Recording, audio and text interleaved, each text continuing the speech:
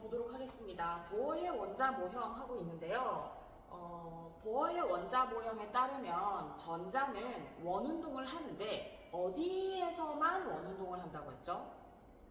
맞아요. 전자 껍질에서만 원운동을 한다고 했고요. 그리고 이 전자는 전자 껍질과 껍질 사이를 이동할 수 있었어요. 그걸 전자전이라고 했었고요. 그리고 그때 에너지를 흡수 또는 방출한다 라고 했었습니다. 자, 그 내용을 조금 더 깊이 있게 오늘 한 번 더 보충해서 다뤄보도록 할게요. 자, 가운데 원자핵이 있고 전자 껍질이 K 껍질부터 그려져 있어요. 자, 안쪽 껍질 1번부터 번호를 매기기도 한다고 했었죠. 자, 그러면 전자가 이렇게 붙는데 각 껍질은 특정한 에너지를 가지고 있다고 했었습니다. 그 에너지는요, 이 식으로 구할 수가 있어요. 자, N 자리에는 껍질 번호를 써주면 되는데 첫 번째 껍질 이 원은 마이너스 1의 제곱분의 1312 만큼의 에너지를 가진다고 보면 돼요. 자, 그래서 각각의 껍질에는 에너지를 구할 수가 있는데 첫 번째 껍질은 마이너스 1312일 거고요. 두 번째 껍질은요. 두 번째 껍질이 가지는 에너지는 마이너스 2의 제곱분의 1312가 되겠죠. 그걸 여기에 이렇게 표시를 해두었습니다. 자, 지금 보면요. 제일 아래쪽에 에너지가 가장 낮고 안정한 상태가 이 원, 첫 번째 껍질이 가지는 에너지입니다. K 껍질의 에너지 얼마다? 마이너스 1312다.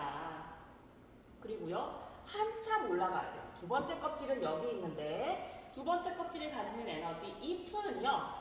이 값을 4로 나누는 거죠. 그러면 값이 선생님 계산기 두들겨 보면 마이너스 328이에요.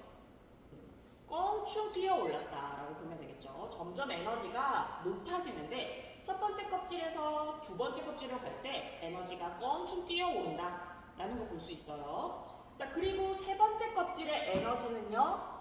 N 대신에 3을 집어넣어 주면 되죠. 그래서 구해보면 이 3는요. 마이너스 146kJ몰이 되겠습니다. 에너지가 점점 높아지고 있죠. 높아지는데 그 간격은요. 아까보다는 줄었다라는 걸 볼 수 있겠어요. 자, 그래서 여기서 정리할 것은 에너지가 각 껍질마다 정해져 있는데 그 에너지 준위가 가장 핵에 가까울수록 에너지 준위가 가장 낮고 안정하다는 사실.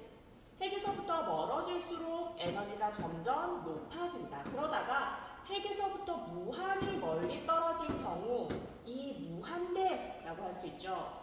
그러면 저식에 대입하면 그때의 에너지는 무한대 제곱분의 어떤 상수가 되기 때문에 분모가 무한대인 상태예요. 따라서 이건 0에 가깝다고 볼 수 있겠습니다.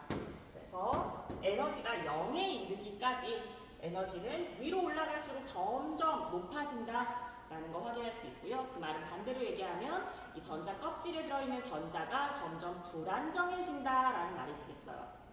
그리고 그 간격은 원자핵에 가까울수록 간격이 크고요. 저기 원자핵에서 멀어질수록 이 간격은 점점 줄어든다라는 것도 알 수 있습니다.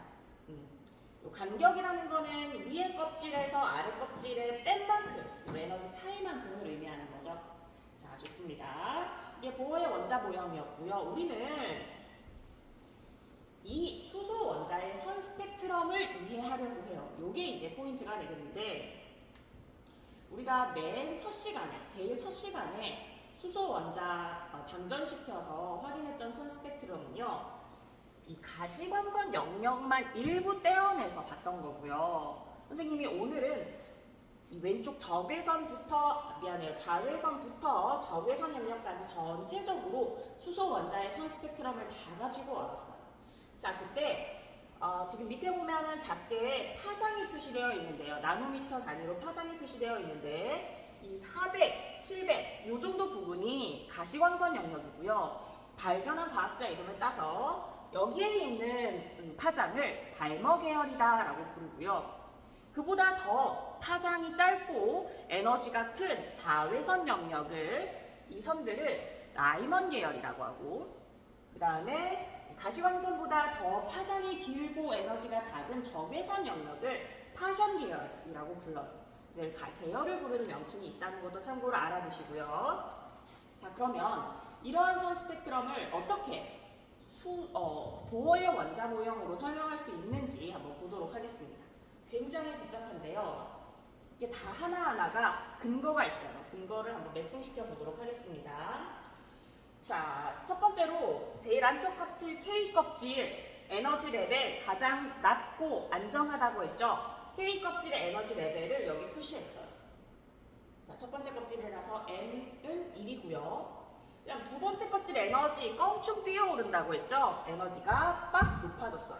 두 번째 껍질의 에너지 레벨을 이렇게 도식으로 표현을 한 겁니다. 자, 세 번째 껍질 조금 더 높아지는데 이 간격은 더 줄어든다라는 거. 그래서 에너지 레벨이 좀 더 높아졌어요. 이렇게 에너지가 점점점 높아지다가 무한으로 가게 되면 그때는 에너지가 0이다라고 얘기했었죠. 0을 기준으로 보다 더 안정해져야 하기 때문에 부호가 마이너스였다라고 보셔도 되겠고요.